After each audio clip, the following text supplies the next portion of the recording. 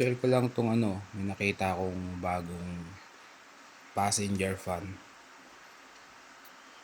Ang maganda dito, meron na tong USB port, dalawang USB port para yung mga pasahero mo sa likod.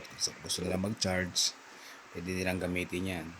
Tapos, individual na yung individual yung speed control ng dalawang fan. So, ito yung previous ko kasing fan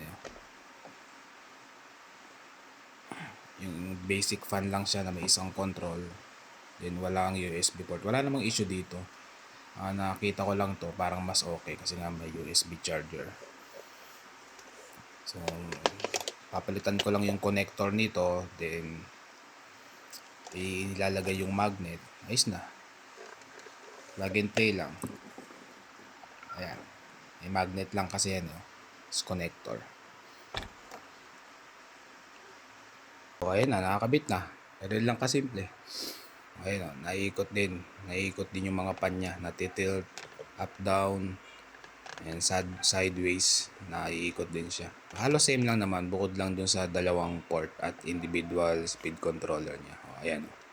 Kung gusto mo kabila lang, bawa isa lang pasahero mo, left right, hindi kailangan i-open ng parehas. Individual yung speed controller. Yung hangin naman nila halos same lang. Wala namang pinagkaiba. Parehas namang okay yung hangin nila. So ayun check natin yung dalawang USB port. Ayan Yung pasahero ka sa likod, gusto mag-charge, saksak lang sila dyan. Tsaka kung may plano ka maglagay ng ilaw sa likod, yan, pwede mong gamitin yung port para sa supply ng ilaw. Ayan, okay naman siya, functional na, ganun lang.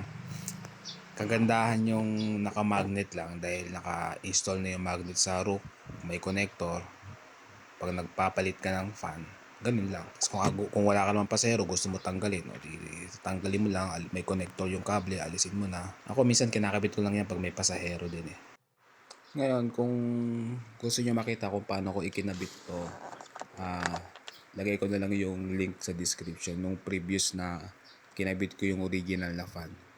So, andun yung procedure ko para ko siya kinabit, yung wiring, yung magnet, for your reference. So, yun lang.